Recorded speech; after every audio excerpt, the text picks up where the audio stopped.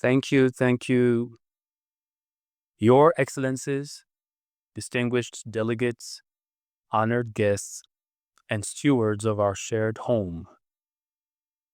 We gather here today from 154 nations, 154 unique tapestries of culture, history, and landscape. Yet we are united by a single, fragile, and breathtakingly beautiful thread: this planet, our planet. And we are here under a theme that is both a mandate and a promise: building a livable planet for future generations. Look around this room.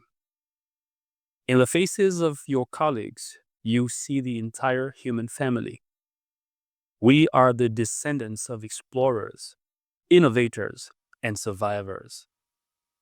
We have crossed oceans, scaled mountains, and connected the world with light and data. We have achieved the extraordinary. But we are also the generation that stands at a precipice. For the first time in our long history, we are forced to ask ourselves a question that should never have to be asked. Will we be the ancestors who safeguarded our children's heritage, or the ones who consumed it? The science is not a whisper, it is a chorus. The ice sheets weep into the rising seas. The forests, our planet's lungs, gasp for breath. The skies, once a limitless canvas, now hold the heat that fuels chaos in our weather, our farms, and our coastlines. We have named this crisis climate change. But it is more than that. It is a symptom of a deeper disconnect. A story we have told ourselves that we are separate from nature, that its resources are infinite for our taking, and that progress can be measured solely by the speed of our consumption. That story must end here, today, in this hall. Because the story we must write now is one of repair, one of regeneration. It is the story of building.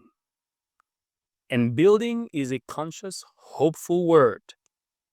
We do not build out of fear alone. We build out of love. Love for the forests that give us air, for the rivers that give us water, for the intricate web of life of which we are a part.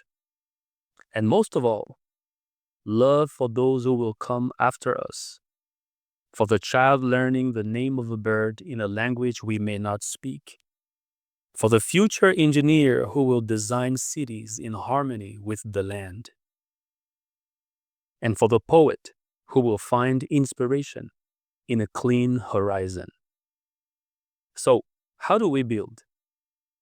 I propose we become architects of a new world, and our blueprint rests on three pillars. The first pillar is an energy renaissance. We must power our world without poisoning it.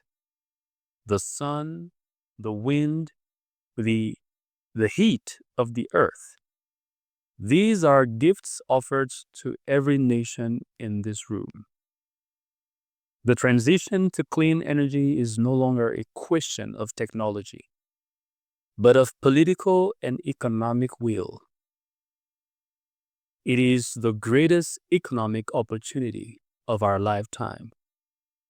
It means jobs, it means energy independence, and it means clearing the smog from the skies of our cities so our children can breathe deeply and see the stars.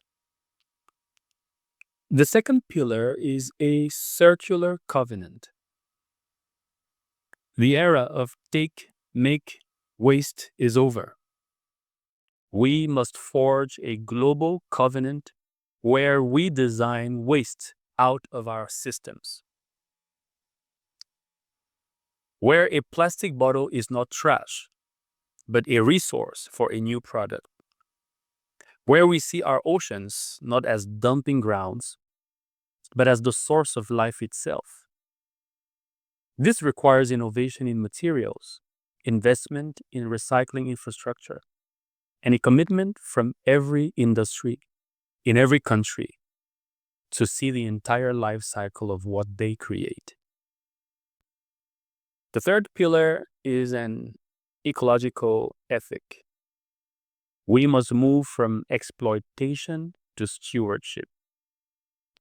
This means aggressively protecting our remaining wild spaces, the ancient forest, the vital wetlands, the critical mangroves. But it also means rewilding our farms, planting trees in our cities, and recognizing that a healthy, biodiverse world is not a luxury. It is our life support system. It is the foundation of our food security, our clean water, and our resilience. Distinguished delegates, this is not a path any one nation can walk alone. The atmosphere does not recognize our borders. The ocean currents do not respect our sovereignty. Therefore, our building project demands unprecedented collaboration. To the nations blessed with financial capital, invest not just in your own green transition, but in the green transition of the developing world. This is not charity. It is strategic wisdom and historical justice. To the nations blessed with technological innovation, share your breakthroughs. Make your patents and knowledge accessible. Let us lift all boats on a rising tide of ingenuity. To the nations blessed with vast natural resources, be the guardians of these global treasures. The world's lungs are in your care, and we must support you in keeping them healthy. And to every single one of us, we must have the courage to change the metrics of success. Let us stop measuring our wealth by the number of cars on our roads and start measuring it by the health of our children. Let us stop counting our GDP in isolation and start counting our collective progress in parts per million of CO2 reduced, in hectares of forests restored, in species pulled back from the brink. I know the road ahead is steep. There will be disagreements. There will be setbacks. The vested interests of the old world will lobby loudly. But we must be louder.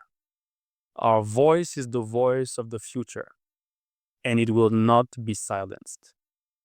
When we leave this summit, let us not be remembered for the elegant words we spoke in this hall.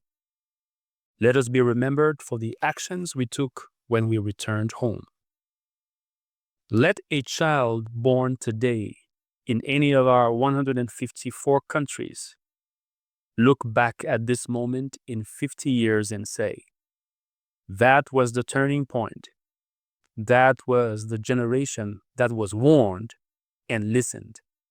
That was the generation that was challenged and that chose to build. They looked beyond their immediate interests and saw me, a citizen of the future they would never meet. And they chose to build a world worthy of my life. That is our charge. That is our legacy. Let us build a planet that is not just inhabited, but truly, fully, joyfully livable. for all generations to come. Thank you.